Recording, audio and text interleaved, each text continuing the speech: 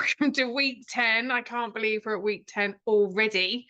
Like, I know time goes fast, but that's a bit fast on this old intergalactic rock that we're all on, isn't it? So, week 10, let's just get. I've got to start to share. I know, I'm getting there, people. I am getting there. Let's just share that application window. Lovely job, which means I then have to share it. See, I'm so technical. You would think, wouldn't you, that, all these weeks in, goodness gracious, Dawn Louise. Yes, there you go. I've given away my my middle name. Don't use it then, please, because the only person who uses my middle name is my mother when I'm in trouble. And I'm sure that parents only ever give their children a middle name because they get to say it when they're in trouble. So, which is probably quite apt, being this week is about handling criticism and pushback. And so, as somebody who writes things that most people want to say but are too afraid to say, and actually goes and swims against the tide, as they say, I've received quite a lot of hatred over the last decade. Well, longer than that, actually, to be honest, because I don't follow the mainstream, and I do know about quite a lot of things that a lot of people would rather I didn't know. But then when you're a bit of a book nerd and go down the rabbit hole with Alice and the Caterpillar and drink lots and lots of tea, you tend to do things like that. So welcome to Joanne and Lyndon and Lonica. The ladies are here with me again this week, from Britain, from Japan, where we've got people from Lagos, and the lovely Thais with me to make sure that everything runs smoothly. So what are we going to cover in this week? It's going to be about welcoming constructive feedback, because there's one thing I've learned is how to twist it and how to use it for your benefit and how to stay grounded. Because sometimes, for some of us, it's not the fact that people are attacking us that really causes us the issue. It's the fact that people are either attacking our intelligence or they're attacking our work. Because a lot of us put our value in our work rather than we take things personally to ourselves. It's our work that we take such great pride in. So it's about staying grounded when criticism feels feels personal. And also strategies for staying visible without selling out. And so that's what we're going to do today. So I'm going to fly through these slides. You will obviously get them at the afterwards. Those of you who have signed up but are not able to join us today, thank you so much for watching the replay. And as I said, thank you to the ladies who have managed to join us. So the first step in anything that we're doing, as I say to myself quite often, brace yourself, Batesy. Which, for those of you who have ever seen Blackadder with Rowan Atkinson, you'll know, there's a character in there called Baldric. Sometimes I'm like, buckle up, Baldric. Things are about to get a bit hairy. So this is about bracing yourself, because when we choose, because it is a choice, it's not a decision. Because if we look at the word decide, I'm deciding to do this. When we look at the root word, genocide, suicide, they're not really great choices of words.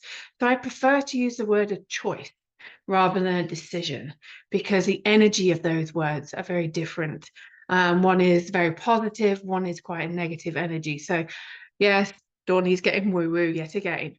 So, and it's always good for you to just go, okay, this is my intention.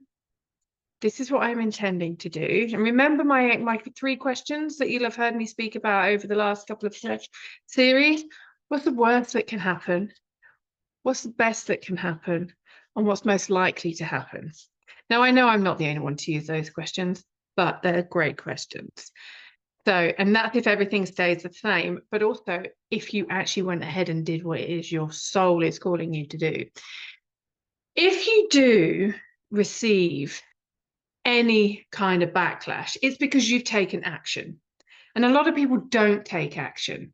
A lot of people just meander along, and and if that works for them, that works for them. But I'm not talking to those people that just meander along, because you wouldn't be here, you wouldn't be watching this if you're someone who just meanders along. You're someone who wants to take action. And it's all about breathing and actually really taking that deep breath and go, and then holding it, and then letting it go. And sometimes, we can be very noisy with it, very deep through the nose. We hold it into our throat, and then we push it out from our diaphragm. So again, it's about the breath work. It's about learning how to breathe properly. And there's a very good book by James Nestor called Breath. My goodness, did I not know how to breathe until I read that book? The other thing to do, if you are feeling a bit overwhelmed, and this is before you get any negative feedback or any kind of feedback, if you're feeling overwhelmed at any time, close the laptop, take another breath, go for a walk, and breathe intentionally. Go out in nature, put your music on. I mean, when I walk through cities or towns, I have to have my tunes in. I am either listening to my Spanish Latino music, so I've got a bit of a sway going on, or I'm dancing to my hard house and my funk, or I'm listening to a bit of jazz, depending on what I need to raise my vibration in that moment, and also depending on how much space there is on the pavement. Because when I dance and walk, I have a bit of a wiggle go on. And put your phone down. Don't look at it.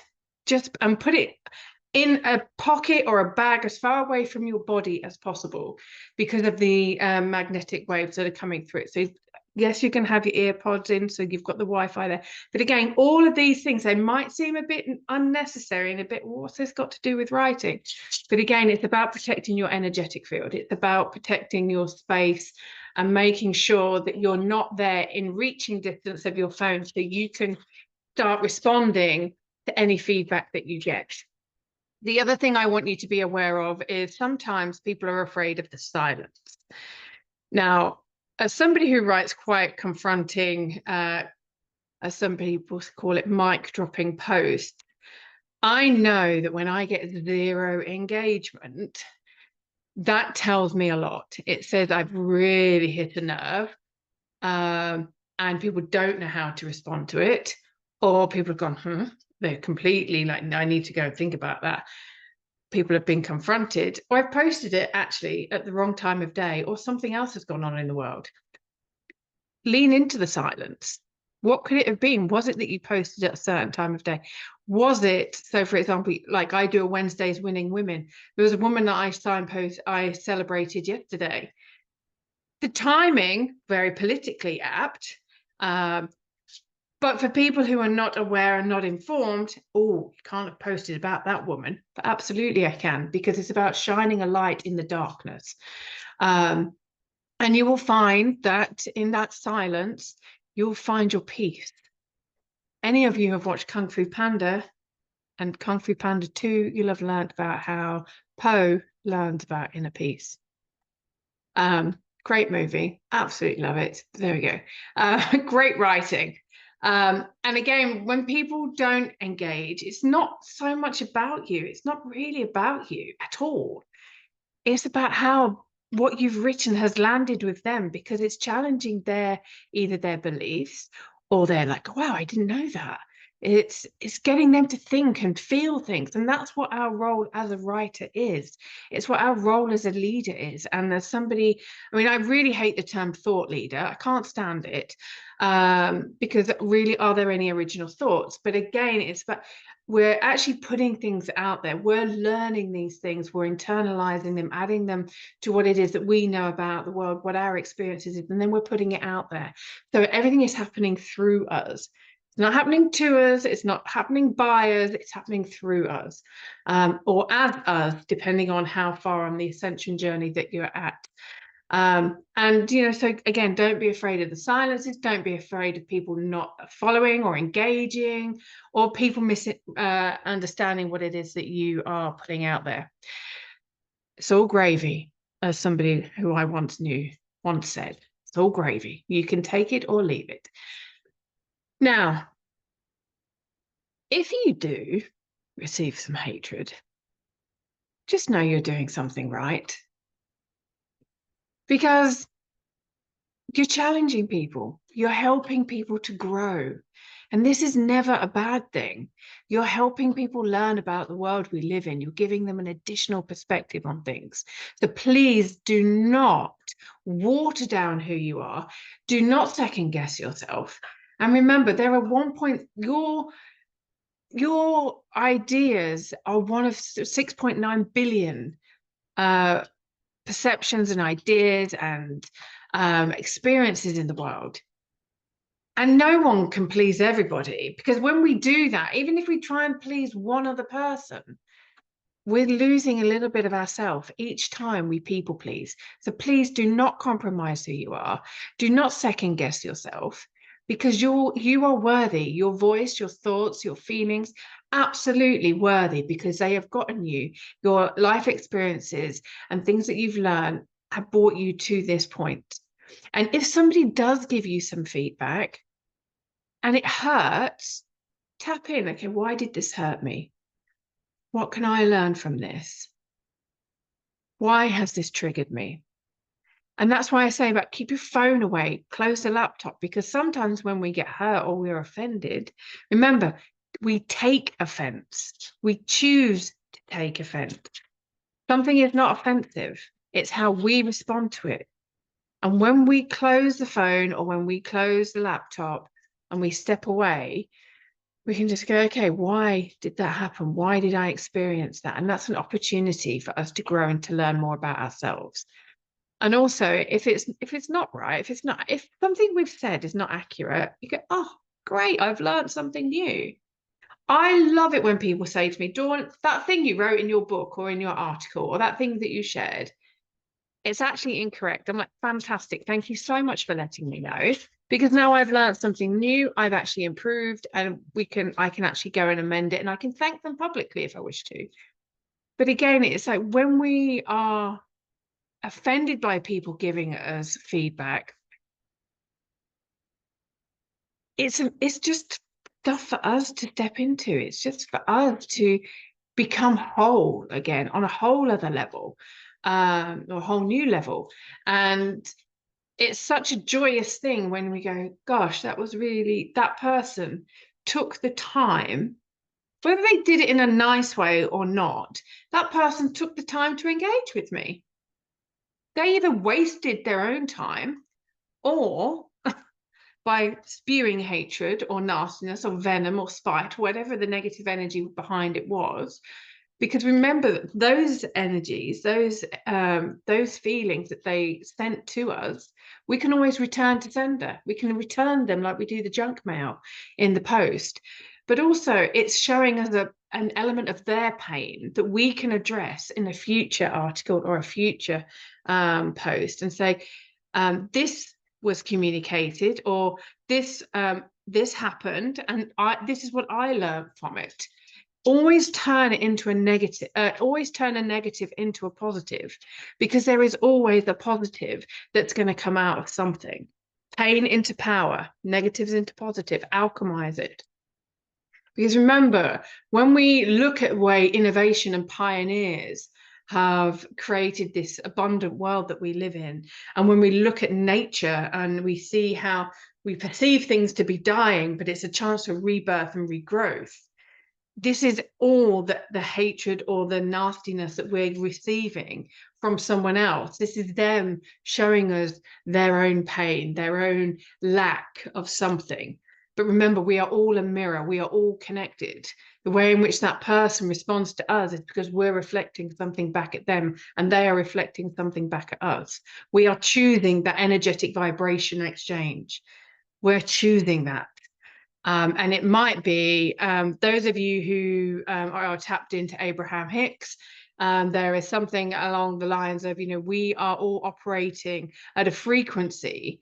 Like, we're grateful that this thing didn't happen, but sometimes these things have to happen for us to elevate, to get to the next level, or for us to resolve something or learn something, because you cannot have the capacity to build greatness if you haven't had the capacity to deal with pain.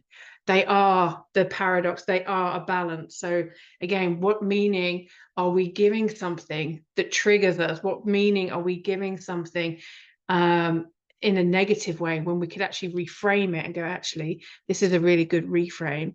For example, it might be that you're elevating to a whole new level of understanding. That means you have to lose friends or family members or clients, or you might have an accident and you have to learn patience. It might be that, you know, you have a serious illness, which means you have to then start learning to look after yourself better. These things that are happening for us to elevate. And, you know, again, this might seem a bit woo for some people. These might be new concepts. If they are, please do book one of my 45 3-minute sessions to actually discuss how this ties in to you writing a book, because at the end of the day, everything that you write in your book, anything that you write in an article or a workbook, whatever it is that you're writing, copy on your website, on your internet site. Oh my goodness, that took us back about 30 years. Anything that you're writing and sharing, people are going to be responding to in one way or another, but you have had the courage and the confidence that a lot of people haven't. People who publish something worthy of transformation in the world, they are very few and far between. Even though we have millions of books out there, there are a lot of them that have very little transformation. They are very formulaic, they're very predictable, they're not helping the writer or the reader to grow. They're just regurgitation. And we need to look at why we're allowing that. We need to elevate literature and literacy. That is probably going to trigger some people, because they're going to say, is my writing good enough? Am I good enough? Yes, you are. Especially if you believe you are, and you are prepared to invest skin in the game and get the help you need to improve your language skills, to improve your literacy comprehension, to improve your knowledge on a particular subject that you're writing about. And again, it's about leveling up your vibration. So step 3 is, when we have learned that everything is happening through us, for us, again, some of these phrases that I'm using, if you haven't done a lot of deep soul work, you probably won't know what I'm talking about. But when things happen to us, we go into victim mode. When we look at things that happen by us, this is when we step into burnout, because everything has to happen. We have to be the ones that are creating. We have to be the ones that are hustling. We have to be the ones that are doing. We have to be doing all the things and being all the things. And we get exhausted. We absolutely get exhausted, and we have to learn to stand our ground. And I like this phrase, because when we stand our ground, it means that we're taking a stand for something. It means we're standing still. We're not going to be pushed. And when that moment, we can just center ourselves. Because if you think about it on a physical thing, if you push something, they're not stable. When you stand your ground, think of it as a warrior pose in yoga. When you stand your ground and you really go, I am going to back myself. I have got this. I know why I wrote this. I know why I did this research. And this is why I want the book to go out there into the world. This is why I want my message to go back out there into the world, because it has come through me. And it's for us to alchemize. It's not by us. We are just a conduit for what it is that we're learning and pushing out there into the world. And when we do receive criticism or pushback or hate or whatever it is, we can go, oh, okay, interesting point. Okay, that's really great. So, for example, to share with you, my menopause book that I wrote, I wanted to give a some would say holistic view of menopause. I wanted to have big pharma views, so people that did HRT. I wanted to have Ayurvedic diet. I wanted to have energy healing. I wanted to learn about how people used exercise for their menopause, or whether they had what they had used. And I wanted it to be an international community. We had ladies that hadn't yet hit their menopause. We had a lady, fabulous Anne Moabusi, who's 80 years old. She'd grown up in a convent in Australia. She was our crone, wise woman. And we had Ulis, who is a hormonal yoga expert. We had Clarissa, who talked about, the medical side of things and how early onset menopause. And one of the pieces of feedback we got about the book was that it was all pseudoscience and spirituality, and they said it's absolute trite. So I used it. I was like, if you believe that the men in white coats with a stethoscope are the only ones that know the answers, then this book is really not for you. But if you have an open mind and you're willing to explore different alternatives and how your body works and all of these different options from around the world, then this book might actually be the best thing for you. Again, it's how you alchemize that without you stepping away from your mission. Because when I remembered the intention for the book was to be responsive to present a different view of menopause, because it's about us all being really miserable and angry and taking drugs and, you know, like being like, and it was just a very angry, very heavy, very sad, very depressive energy around menopause. And apparently it's a condition that us women go through, but it's not. It's not a condition. Menopause isn't it. Puberty is not a condition. So why is menopause a condition? It's just a way that we're growing, we are evolving, we are stepping into our wise years. And it's something to be welcomed, because it's a blessing to get older, because not a lot of people get to be older. Not even a lot of people get to step into their wisdom years. So remember what your mission is, and don't allow some hatred to actually stop you. Don't allow other people's lack of knowledge, of understanding or belief systems to stop you. Even if you disagree, again, this comes back to freedom of speech. Even if you disagree with a certain agenda or a certain ideology, or you're not aware of something, or you don't really understand the cultural tradition, or anything along those lines, explore it, find out why. Look at what happens. Look at the symbolism that's been transferred throughout religions throughout the years. You know, why we've got 12 months and the 12 apostles and the 12 galactic astrological signs. When you look at that, when you understand all of that and you get a bigger picture, it really makes you question a lot of things. But again, it's about you grounding yourself to take that time to learn about yourself and others, and then use that to springboard into the future where you want to be. Because remember, you've called all of this in. You've absolutely called it in. And you have to remember that a lot of it's just noise. And it's a bit like those of us who are in the Western world predominantly, we know of those car exhausts, those big muffler things that are so loud, so noisy. And it's like, oh my gosh, did the parents of that person not give them enough attention? Why is it they have to be so loud? Why is it they have to draw attention to themselves? And again, why is it that some people have to go and hate on other people? What is it that's missing in their life? What is it that they're really seeking? Are they seeking validation because they've never received it? Are they seeking communication, but they've never been taught the tools to have a mature, respectful conversation? Is it because it's their only way of venting something? Why is it? And reframe it and send the love to them. Go, you know what? That person obviously needs some attention. So I'm giving them my attention. I'm sending them some love, and I'm hoping that it will bless them in some ways. Again, when you get this pushback, when you get this this criticism or this hatred or this negativity, whatever it is, it means you're being seen. It means your message is getting out there. And sometimes I let the haters and the criticizers carry on, and I just sit back and watch. It's like, wow, let them go for it. And you know, they give you so much content to work with. You're like, you know what? They've just written the next 5 months worth of content for me. I haven't even got to think about it now.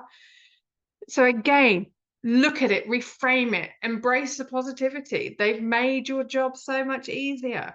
You could schedule so much social media content from the haters' comments. It's brilliant. But also remember that when stuff hurts, when stuff hits you and you're like, ow, I didn't deserve that.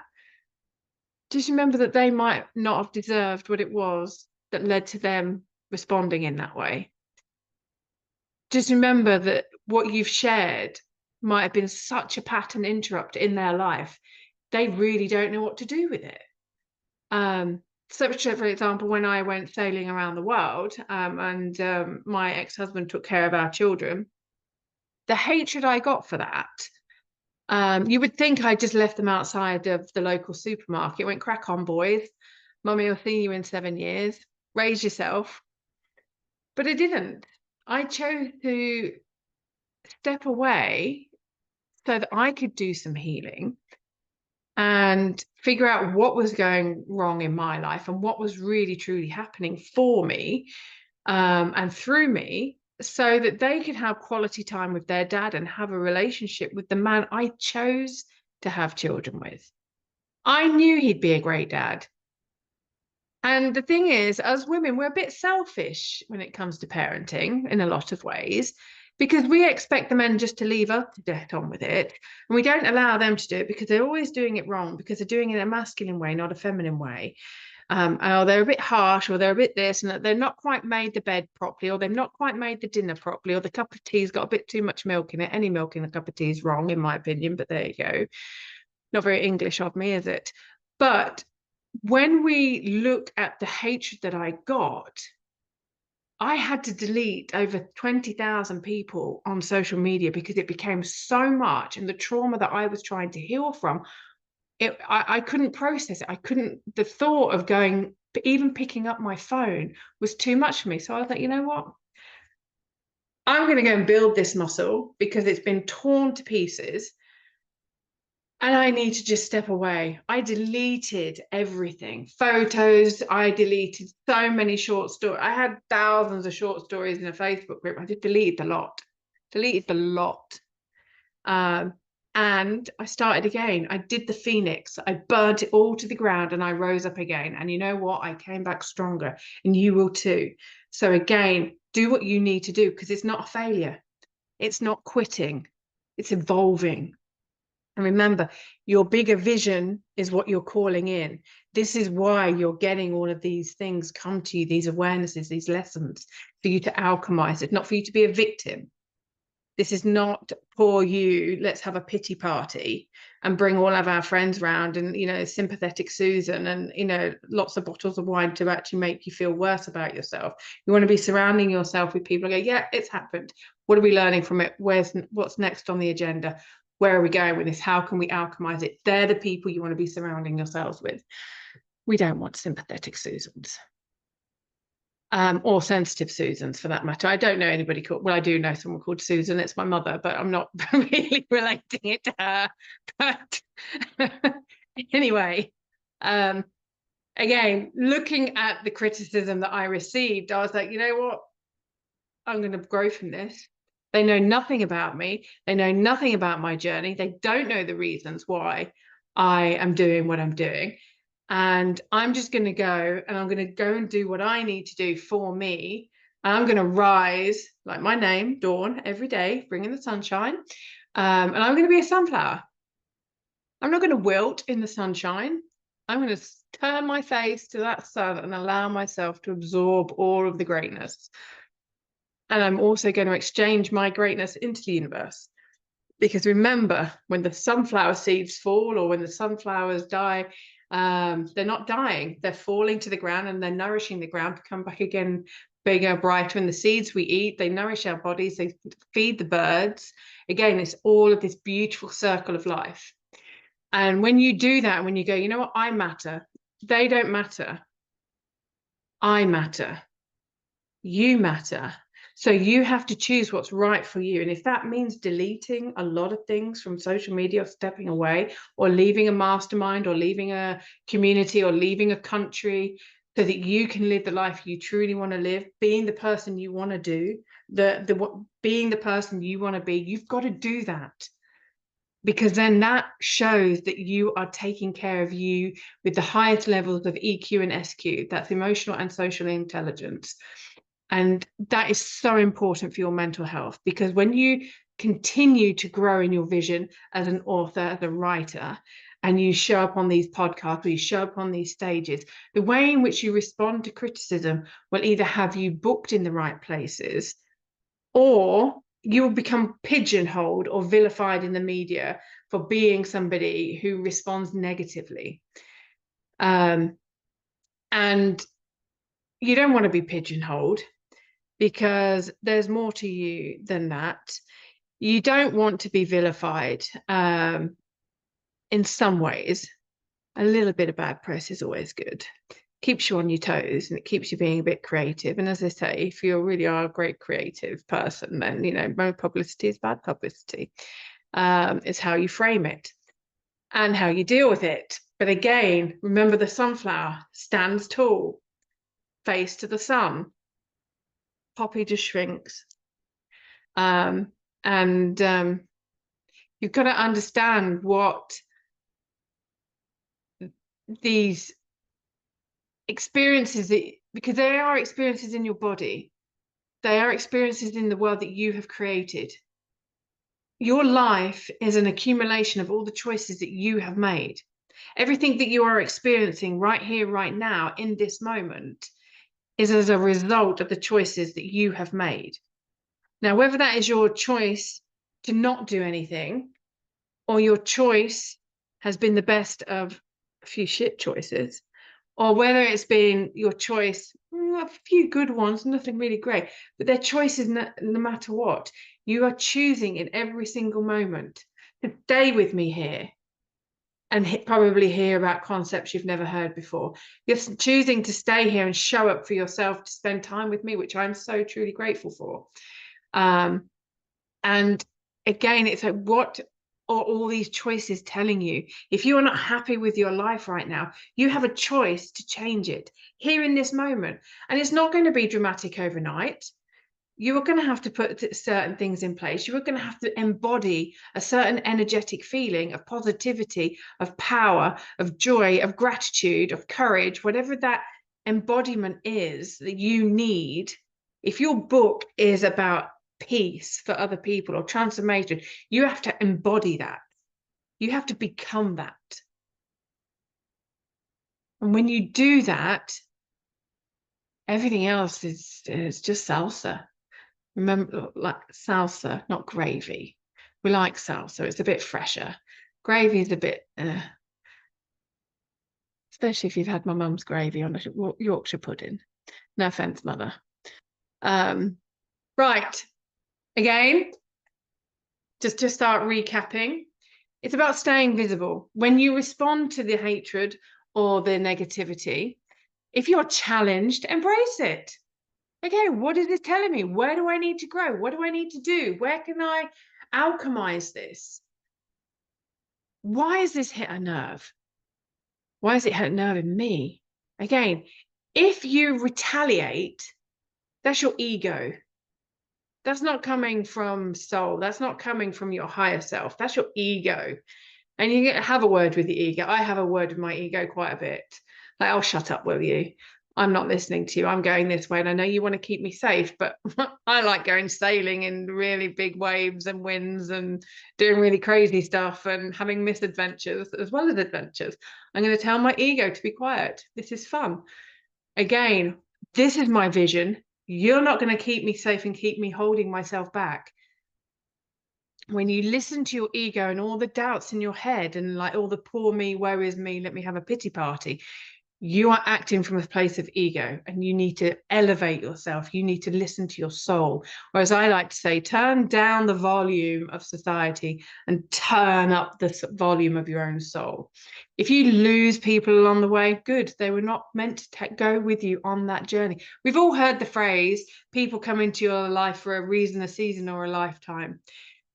That means because our vibration is changing, our awareness of the world is changing. Doesn't mean to say we don't love them anymore. It doesn't mean to say that we wish them harm. It's just that, you know what, I'm not going. It's like, just think of it getting on and off a train. You might meet someone, you've had a really great night with friends. One of them is going home to London, one of them is going to Cardiff, one of them is going to Edinburgh. You're all going to stay in touch, or you might just go, you know, I wish you well, safe journey. I'm going this way. That's all it is. These are all love nudges. When people fall away, it's just a sign of the universe working for you. And trust me, when you don't listen to the love nudges, you might as well be a mosquito flying along the motorway in Australia getting hit by a Mack truck. They're painful. So stay sovereign, stand in your agency, stand your ground. don't overthink anything. Don't keep rereading things. Just if you have to, vault it. And when I say vault it, it means save it in a document, put it in an archive somewhere, password protect it, or get someone you trust to password protect it. So you've still got access to it, but you don't know the password. If you are someone who overthinks and overreads, to overthink, to overread, and then beat yourself up, forget it. You've got to stop doing it. That's your ego. That's your victim. You don't want to be in that space. You need to be kind to yourself, because every time you read something that hurts you, you might as well be getting a knife and stabbing yourself. Not a wise move. If you wouldn't do it with a knife, don't do it with your eyes.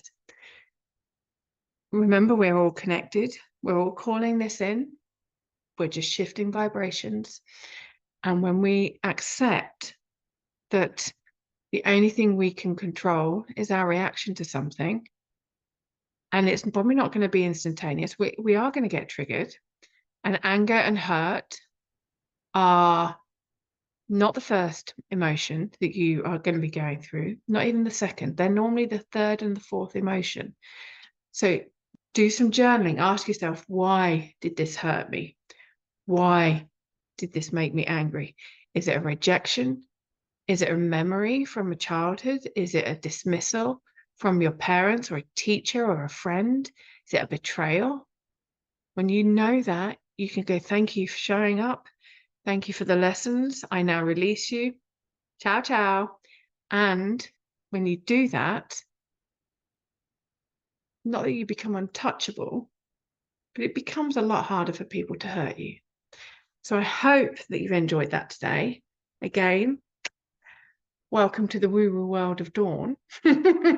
I like it. And if you would like to spend some time with me talking about any imposter syndrome or any of the hurts or the fears you've got of showing up for yourself, your book and your vision, then you can go along to authors.youcanbook.me. I know I'm still using it, and I say every week that we're updating it, and we've now got 2. So in the emails, you will be receiving the new one. Here on the calls, it's a lot easier for me to remember authors.youcanbook.me. I've been using it for years.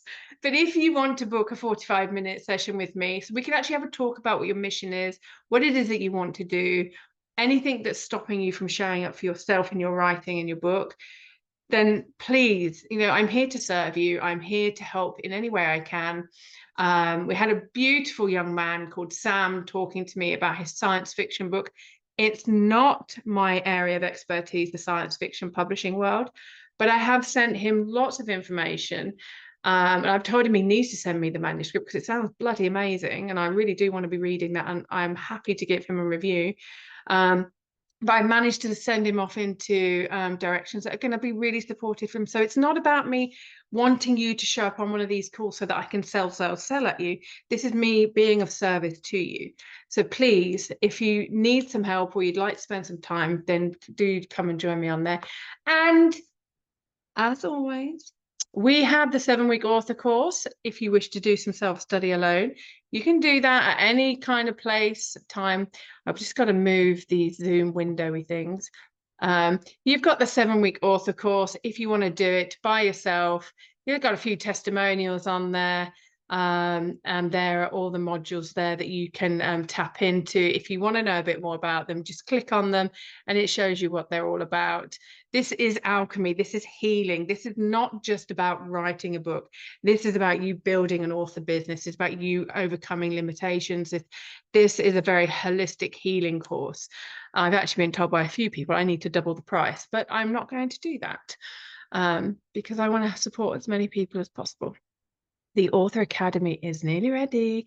And if you want to have a manuscript assessment with me and you want to take advantage of my global travels and my life in 44 countries, multiple languages, and my absolute geeky side where I've dived down rabbit holes and learned probably far too much for one person, which is never a thing.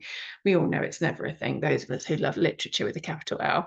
Then you can come and join me and request that I do a manuscript assessment for you, and you will actually get a critique. So you can have a critical review or you can have a manuscript assessment. The critical review is just reviewing it, saying, okay, you might want to explore this a little bit further. You might want to acknowledge this culture or this religious ideology, or you might want to look at some multiple income streams here. This is great marketing. When you do the full manuscript assessment, you get all of that. You get a session with me. We talk about your manuscript. We talk about your vision. We tie it all in. So there's a lot of support there. It gets edited as I go along. It is a basic edit. I have line and copy editors for that. I'm more of a developmental editor and book nerd, so I will help you go a lot deeper than ever before. So that is dawnbates.com. You find everything on there that you need. Even if you've got a subject that you want to work on with other people, spread the cost of publishing amongst you, then maybe consider an anthology with me. I'd be more than happy to work with you on that. And that, ladies and gentlemen, is everything for today. I'm only going to close this meeting off so that I can spend some time with the lovely people who have shown up live so we can have a private Q&A session. So thank you all very, very much. I'm going to stop sharing, actually. I don't need to be there. So again, if you want to have one of these private Q&As with me, then make sure you show up for the live event. Those of you who have caught up on YouTube or in the comfort of your own home, probably sat there in bed with a packet of digestives and a cup of tea, then thank you so much for joining, and I will see you again next week. Ciao for now.